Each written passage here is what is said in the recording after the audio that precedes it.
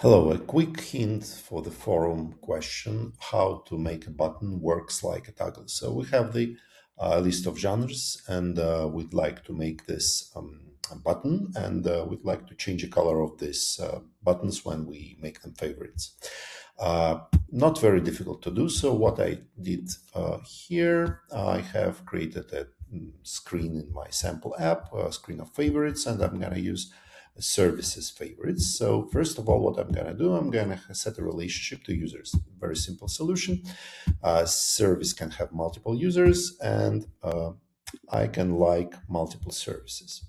So it's going to be, usually I prefer to like to rename it so that I understand what's happening here. Okay, then I'm going to take a button and make it a list. It's going to be make list. It's going to be a list of services, and that would be 2 columns. Okay, good. So and the button name will be a service name. So here, current service name.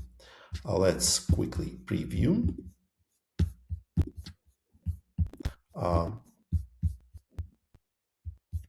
So button like toggle. So we have buttons like services. Now I would like to make them favorite. So first of all, what I'm going to do, let's assume this is going to be non-selected. I'm going to update logged in user or current service. I don't care pretty much. Let's update current service because it's two-way collection. So I will add logged in user. And then I'm going to add additional state. So it's going to be favorite. And state will show if current service users all contain logged in user. And again, the name of the service will be current service name. We can add an icon like this, for example, and we can set a different color. Let it be this.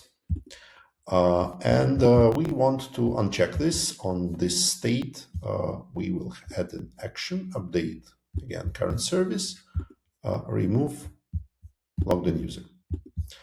And this is pretty much it. So let's reload. Okay. And uncheck. Check. So we have, you see, 2 favorites. If we go and have a look at the database, find services. So you see, we have one user. Well, I hope this was helpful. Thank you.